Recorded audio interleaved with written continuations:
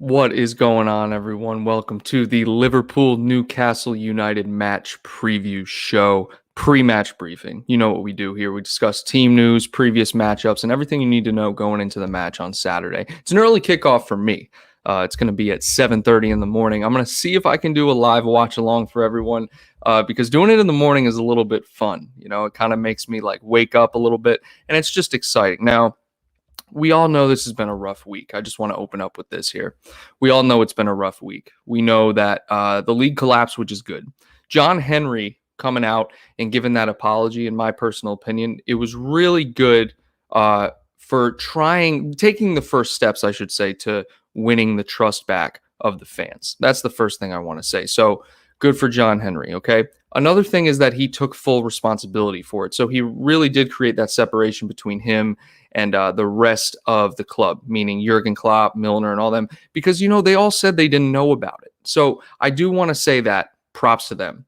And moving forward from that, it doesn't seem like a normal week of football. Even the Leeds game, right? When we were watching the Leeds game, it just didn't seem like a normal match. There wasn't the energy there. There wasn't, what I would call like the excitement, right? Even when Mane scored the goal, it was Mane's first goal in a long time because of the bad run of form. I was just not pumped, and you can go back and look at the live watch along. I was like, "Ooh, Mane scored!" You know what I mean? So let me know what you guys think. What's going on? Easy Scotty 99 down towards Samira. What's going on, everyone? Now, let me know what you guys think about how the week has unfolded. I'm interested to see how everyone's reacted to what's going on. Yeah, guys, Newcastle. All right. Looking at the table, all right, we're in seventh. Newcastle has been on a good run of form, unbeaten in 3, pulling that win away from West Ham, which was good at the time. But, you know, going into this match, it almost seems like they're in a good run of form. We drew against Leeds. We shouldn't have. We conceded that late goal. What I do want to say, though, is, Newcastle, I feel like Newcastle are underrated. Even though they're only 8 points above relegation, I think they are an underrated team. They do have some good quality guys. I believe St. Maximin is still injured. And what I'll do here is we can pull up the team news and look at it. Let me see here. Yeah, so Newcastle are aiming to win 3 Premier League matches in a row for the first time since 2018, which is when Rafael Benitez was in charge. All right. Now, this is an interesting stat. The Magpies have won 37% of their Premier League matches when Alan St. Maximin has played this season. 7 out of 19 matches compared to just 15% without him. They should have Callum Wilson back as well. Good player for him. And then Miguel Algaron. I think I'm blanking right now, guys. I just got home from work. I jumped on, so forgive me if my speech isn't exactly there. We're looking at Andre Mariner for the match official going into this. Now, it is at Anfield.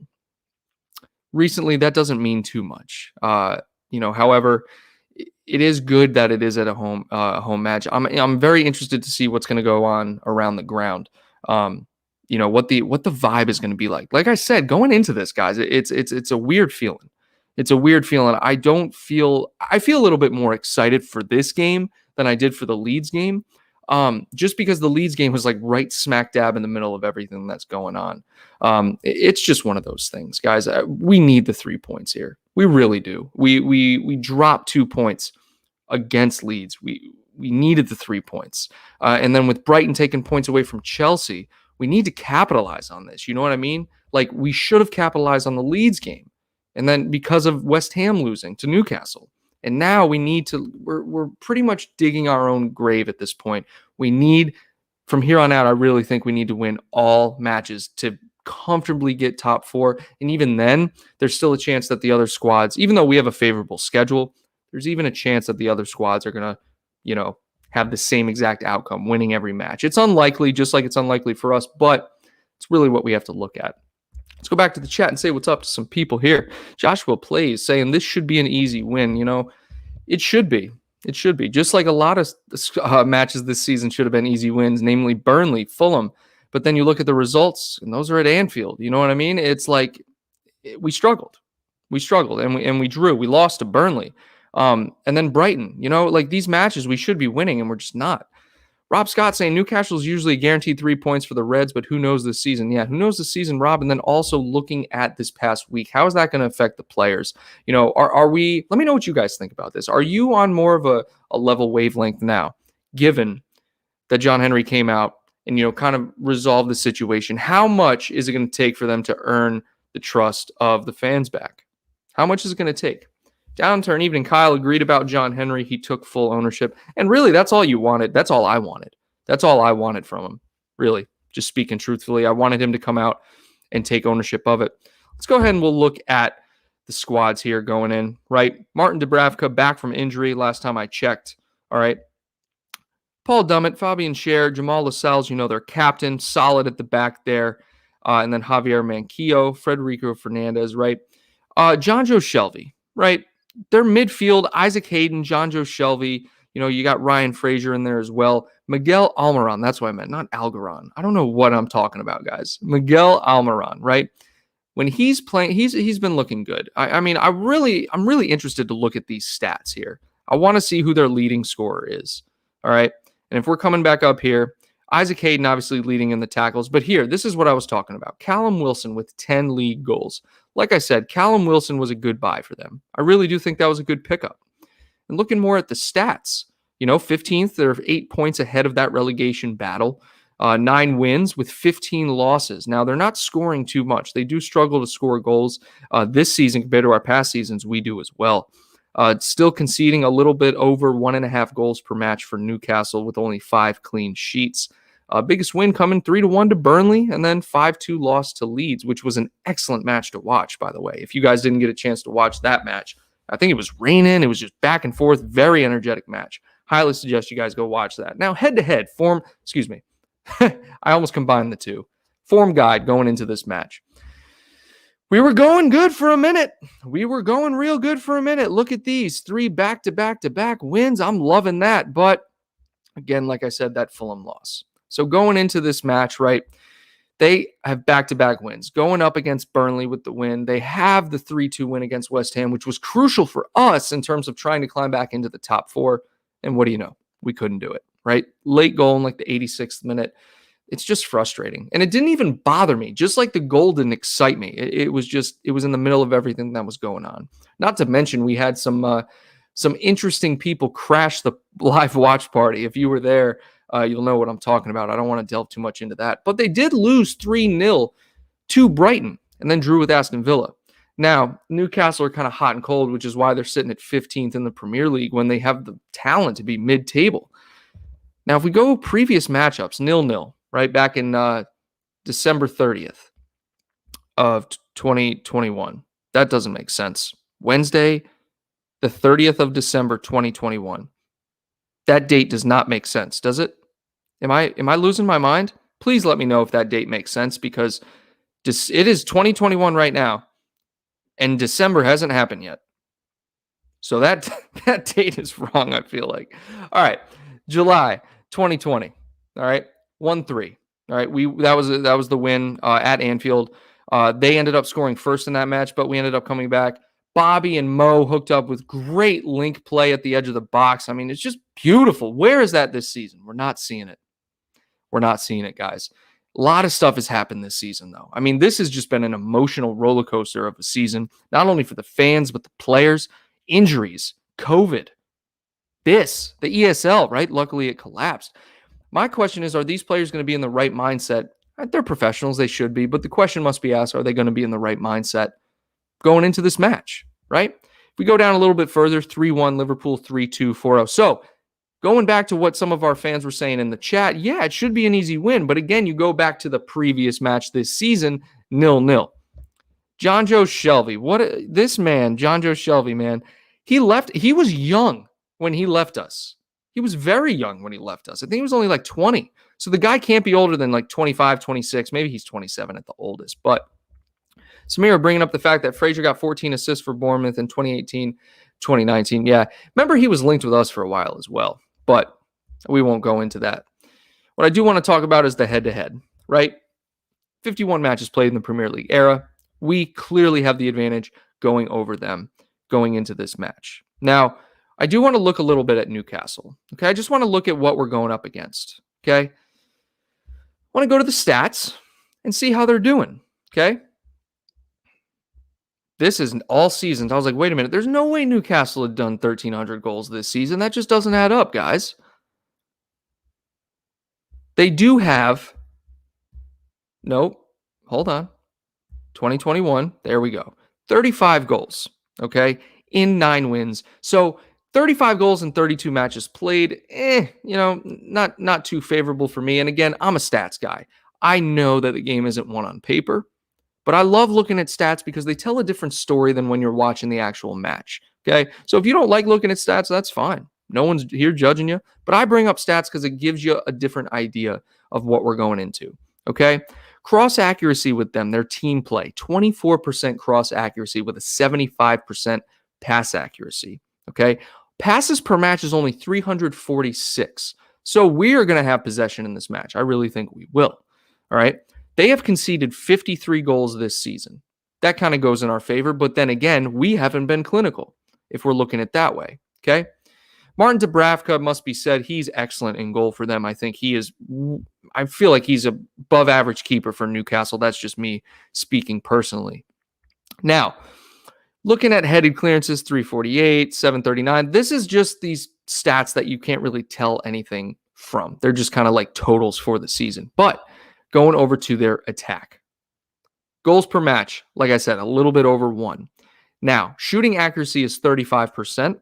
Big chances created, 33, and they've hit the woodwork 11 times. 4 of their 35 goals have come from penalties. So, Newcastle struggled to score, okay?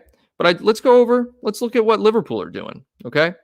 I'd be interested to see how these matches compare, or how these statistics compare, all right? If I can hit the back arrow here.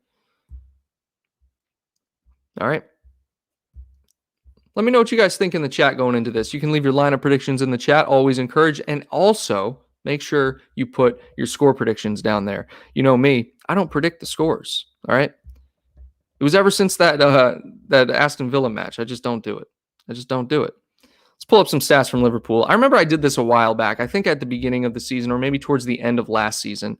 And if looked at the stats, and honestly, this page on the Premier League website gives you a little bit of an insight. I mean, it gives you some good stats, not like the analytical stats, but at least some where you can look at the team play and you can go, okay, this is where we're good. This is where we're bad. These are where areas where we can improve, but not individual player stats. All right. So again, this is all season. I was like 1,900 goals. That doesn't make sense. 54 goals this season compared to their 35, even though we've struggled. Okay, we're 7th in the table. Even though we've struggled, we're still producing goals. All right. Now, shot accuracy, we're right at this is what I talk about being clinical. We're right on par with Newcastle, 1% difference. See, this is what I'm talking about with the statistical difference. You look at things like this, you're like, oh, maybe we have been pretty poor when it comes to being clinical. You know what I mean? Now, big chances created, 63. This again comes back to being clinical. We can create chances all day, but if we can't finish, you know what I mean? That's what that comes back to. Hitting the woodwork 8 times. 6 of our 54 goals have been penalties. Now, pass accuracy, 86 compared to Newcastle 75. That's very big. So if we can pressure them with only 75% pass accuracy, if we can get good pressure on Newcastle, I see no problem with us breaking away and scoring on the counterattack. No problem at all. However, this is what's interesting. This cross accuracy number right here, 19%. A little bit less, all right?